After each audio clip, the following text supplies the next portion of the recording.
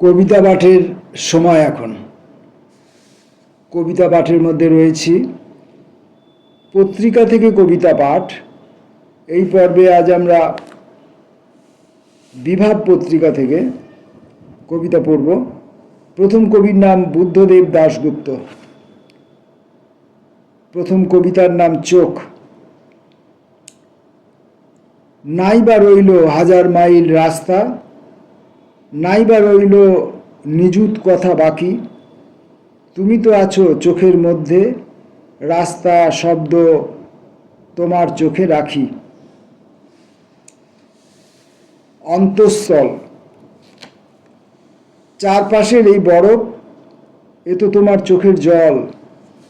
চারপাশের এই হাওয়া হাওয়া হাওয়া, জন্ম তো তার তোমার নাভির গহন অন্তঃস্থল।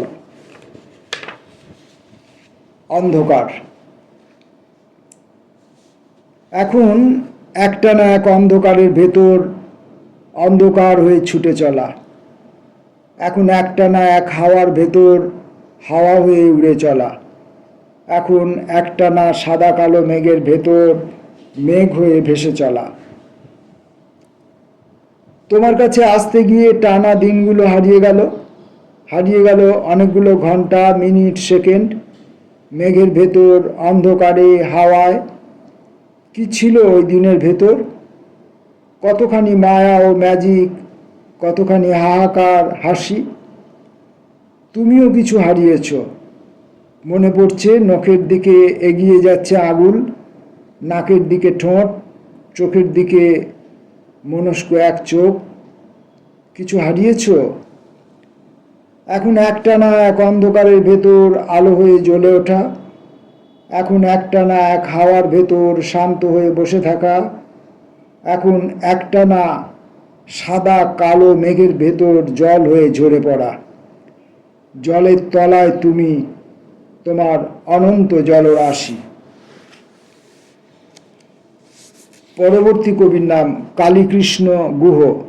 দেশ ও মল্লার। দেশ মল্লারে বৃষ্টি ঝরে পড়ে আজ সারা দিন, অনাদিকালের বর্ষার সাথে যেন রাখি বন্ধন। বন্ধন ঘিরে মুক্তি, মাঝখানে আলী আকবর, সাধকের পাশে জাগরণ, নিভৃত কোমল গান্ধার। মাথা তোলে কত বৃক্ষ, মাটি আকাশের দৌত্যে ধোঁয়ায় ভরেছে চারিদিক, সবই মনে হয় মিথ্যা। মিথ্যায় গাঁথা সংসার, জ্যৈষ্ঠ দিনের গ্রন্থি। দেশমল্লারে বৃষ্টি, কি এনেছ দান বন্ধু?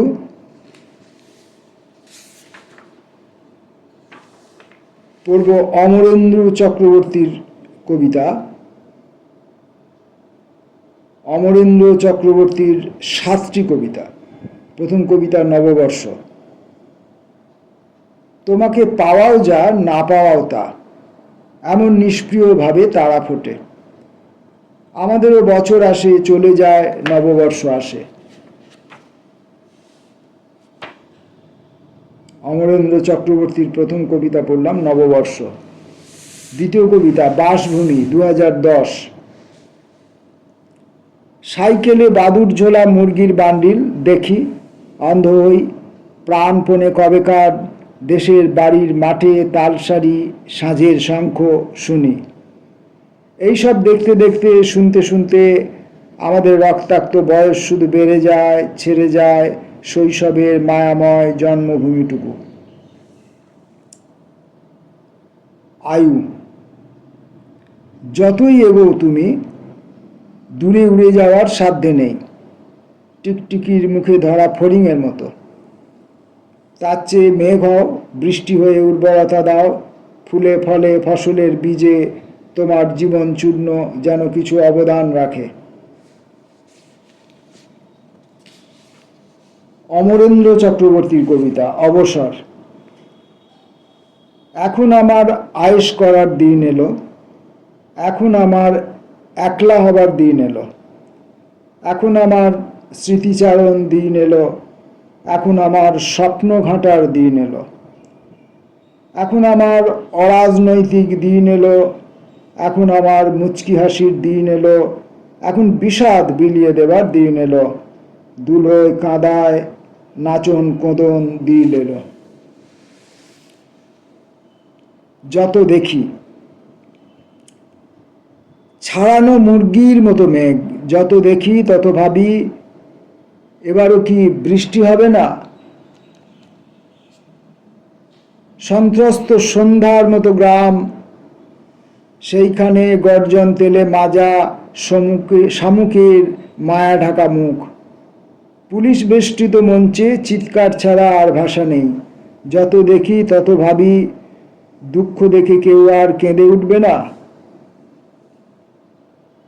এরপর 2 লাইনের করে কবিতা। ঘুড়ি, কাটা ঘুড়ি যতক্ষণ পারে ভাসে, আমরাও সেরকম ভেসে আছি। জল, গ্রাম খাকি জলও অট্টহাসে, গত বসন্তেও ছিল বসবাস সজনে ফুলে ঘাসে।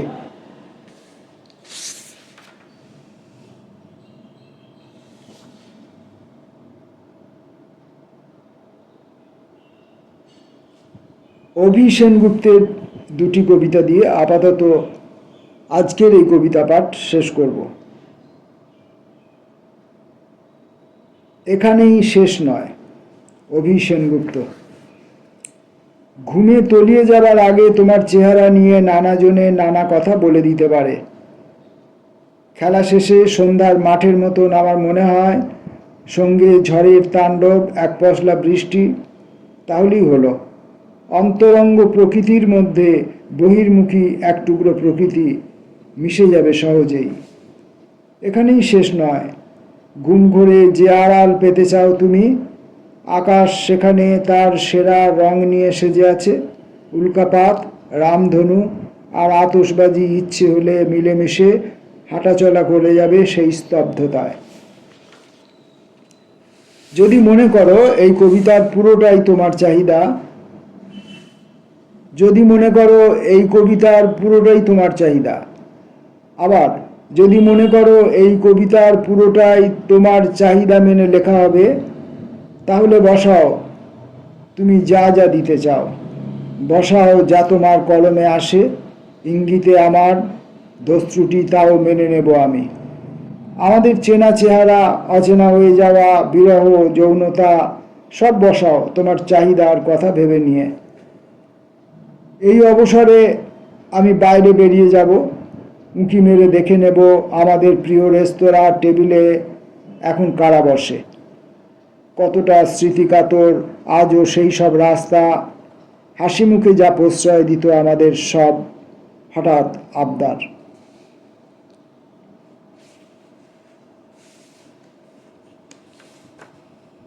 অভি সেনগুপ্তর শেষ কবিতাটি কি যুক্তিতে।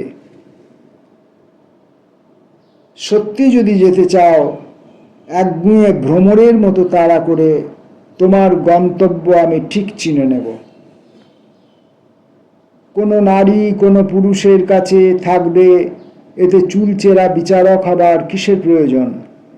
যাদের সন্দেহ আছে বিন্দুমাত্র, তাদের আমার সঙ্গে কথা বলতে বলো। দেখে নিও কেমন প্রাঞ্জল হয়ে যাচ্ছে সব কিছু, হয়ে যাচ্ছে যে কোনো নদীর রীতিনীতি মানা সে দেশের নৌকোর মতো। আর একটা কথা, কেউ কি মাথার দিব্যি দিয়েছিল সহজ সম্পর্কে আত্মপ্রবঞ্চনা হেন নির্লজ্জতা গুঁজে দিতে? এসব কথার পৃষ্ঠে কথা নয়। যদি সত্যি বলি, বলতে হবে আমার আঙুল টেনে নিয়ে লিখে যাচ্ছে অন্য কেউ, আমি তো নিমিত্ত মাত্র। তবু জেনে রাখো, মধ্যযুগের দাসবাজারে যত দর কষাকষি ছিল আমাকে নিয়েই। সেই থেকে স্বাধীনতা পেতে অনেক শতক পেরিয়েও থেকে গেলাম কেমন আকাট সরল। সব সভ্যতার আগে যে প্রাক ইতিহাস, আমি তেমন বিস্মৃতি থেকে উঠে এসেছি শটান। বহু কাঠখড় পোড়ানোর পর অর্জন করেছি ভালোবাসা। তোমাকে নিঃশব্দে চলে যাওয়ার কারণে বিশুদ্ধ অন্যায় ভবিষ্যতের শরীরে কি যুক্তিতে গুঁজে দেব আমি? চুপ করে আছো কেন? বলো কিছু। বিভাগ পত্রিকা থেকে কবিতা পাঠ আজ এই পর্যন্ত।